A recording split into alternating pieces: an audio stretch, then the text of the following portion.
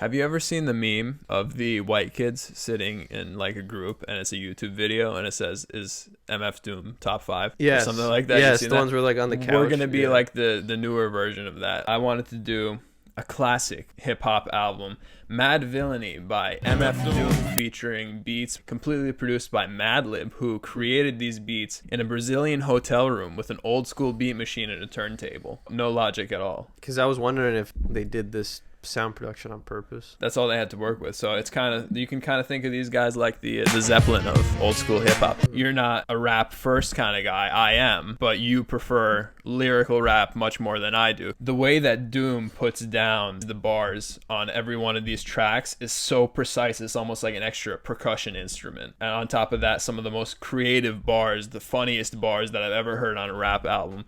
So I think we're both going to get some enjoyment out of this one. No, I think so too. We usually like to go track by track, but since there were 20 tracks on this one, we broke this one into parts. So we're going to go every 4. We're going to try it because we like to cover on the SIW show. We like to cover your favorite song and make you cry or laugh depending on what we think of it. You'll watch the whole video and just comment on the 1 5-second clip out of the whole 20-minute video. Yeah, we said something slightly that could be perceived as negative. Yeah. So we'll start off with 1 through 4, which of course features Accordion.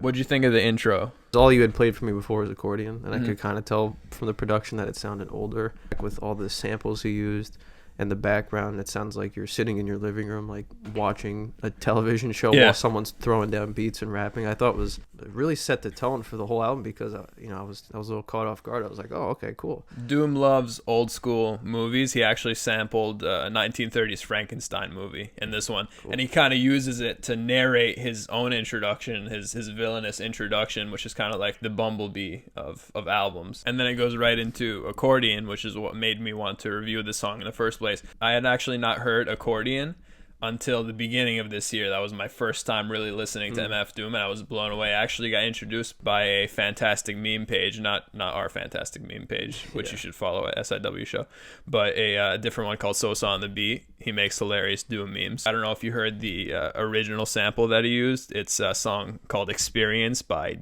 Illest, I believe it's called.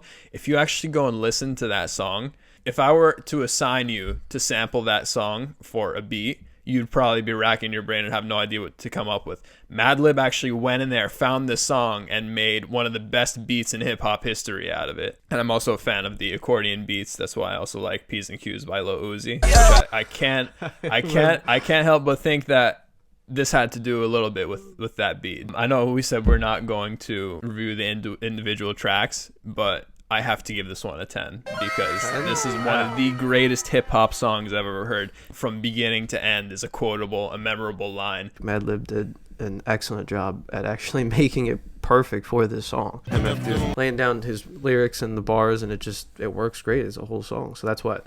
And then the intro, which is the outro to this song, to Meat Grinder, which samples who's the...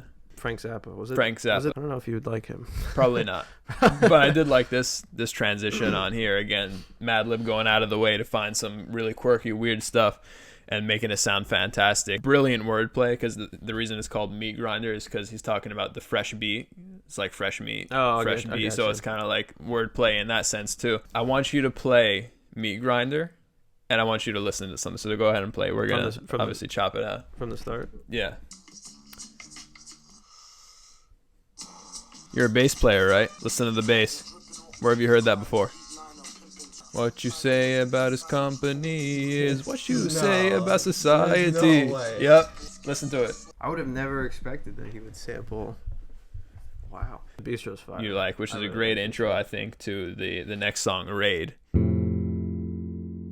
I thought Bistro was better, but I thought Raid was still... by itself still great. He's continuing the energy throughout from the first song. Like I don't really think there's any point in this album where it drops off. I actually listen to each song in here twice because there's so much hidden bars in there. Yeah. America's Most Blunted, you said you liked that one. Yeah, I thought that was hilarious. I mean, when I read the title, I was like, you already know what the song's going to be about. Yeah. But I just thought it was hilarious. And the ear panning kind of gives you that drugged out feel too. And Doom is not known for putting down aggressive bars. even though he did on the last one, Raid. But this one, not only is he aggressive, but he's precise with it too. So it's almost like he's getting you drugged out, and then it just explodes, and you like fall off your chair. It's the ultimate flex to have an instrumental on a rap album. Yeah. To have a producer like that, you can do something like that. The old school jazz and blues vibe that you got on some of these tracks, we're almost halfway through, and it hasn't lost any steam, I think. I honestly didn't find a part where I wanted to stop listening. Curls features one of the most eccentric beats on the record. It feels like something off of Mario Kart with the steel drum and the guitar. And Doom, interestingly, put some of his most serious lyrics on this whole album, on this track, over the eccentric beat, about his rough earlier days where he had to steal just to get by. I believe that cackling in there is the same one that Michael Jackson used in Thriller. It didn't say that on Genius, but when I heard that, I'm like, isn't this the same thing? Madlib switches between his alter egos as the first appearance of him on this one, on Shadows of Tomorrow, over a steady but detailed oriented beat. With Quasimoto. That's his alter ego. That's his alter ego, yeah. He's continuously being funny, but at the same time being serious. The whole alter ego thing is pretty funny. I don't know if Madlib has done more besides this in the second album. He's done more for other people? rappers, yeah. Oh, that's but good, I think because this dynamic duo, you can't really top that. No, you can't. Apparently, there are rumors that there was supposed to be a Madvillainy 2. In 2012, Madlib said that he sent Doom a bunch of beats, but he hadn't heard from Doom for like years after that. Like he's like dead. Yeah, no, he pirated all the beats and like sold them off. As if the song's subject weren't funny enough, the way that Doom puts down the bars on Mint Test is even funnier. You always get a pack of mint. Figaro. Doom fits as many bars as anyone humanly can in 2 minutes. It's great. Figaro's great. Hardcore Hustle, which he gives entirely to Wild Child. This one I wasn't a really huge fan of also. Yeah, because it's not Doom. It's not it's him. like, why is this guy on a Doom album? Yeah, I was like, who's this But fucking at guy? the same time, this also could have inspired Drake to do that playlist that he did in 2017. Oh, that's true. What did you think about Fancy Clan? That's the one where he's on the phone as Viktor Vaughn Doom, yeah. and he's like cursing out his girlfriend. I thought it was for sleeping with himself. The reasoning behind I, which I'm interested to see what you thought about. Doom actually talks about how he wanted to throw in a feminine track in the back half of this in order to break up the album, make it a complete piece. I like the way he talks about how it's a nice song to lay back and smoke an L to. Yeah. He knew just exactly like when a listener might start to be like, all right, that's like the fourth song I've heard that sounds the same, to then switch it up. The bass notes on the piano, which set the tone for another one of Doom's biggest hits, all caps, where Doom flexes some of his best rhyme schemes on an album packed with incredible rhyme schemes already. But yeah, no, I thought that was awesome. Like, remember all caps when you spell the man name. And then he breaks it up again with Great Day, where he starts out Great Day with an upbeat, jazzy feel that was a brilliant display of range that again mixes things up. And what better way to close an album than giving a live performance feel where Doom just spits on a steady beat about his villain character that we saw. It's the longest song. The album. It's Yep. the longest song on the album too. Overall, I think Fantano said it best. If this album influenced no one, it would still be a top tier album. As I mentioned earlier, the rap that I listen to is the more melodic stuff, what you boomers like to say is mumble rap. But, you know, I like Lil Uzi, I like Future, except for that tape that came out was trash. I like stuff like that. I'm not a huge fan of the old school boom bap rap. I respect the poetry, I respect the lyricism.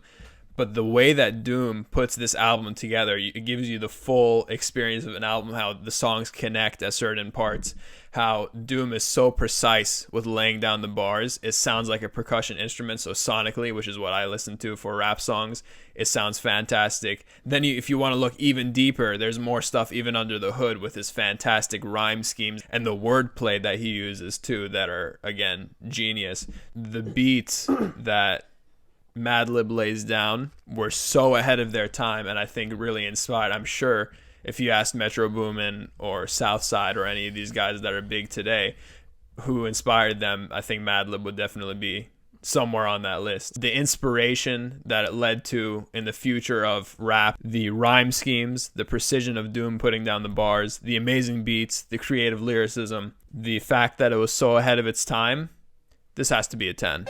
Wow. Okay.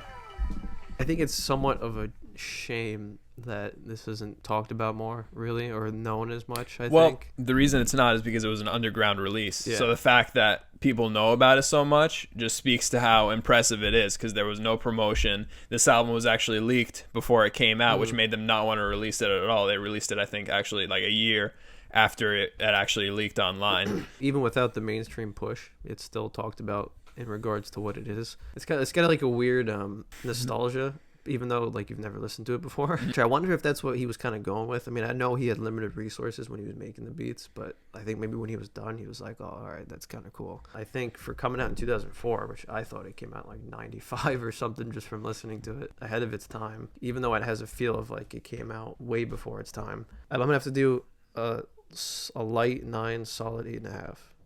Pretty good. For that, yeah. Anything less than that would be a crime. Does this make you want to listen to more MF Doom? Oh, yeah, it definitely does. All right, there you go. Coming soon.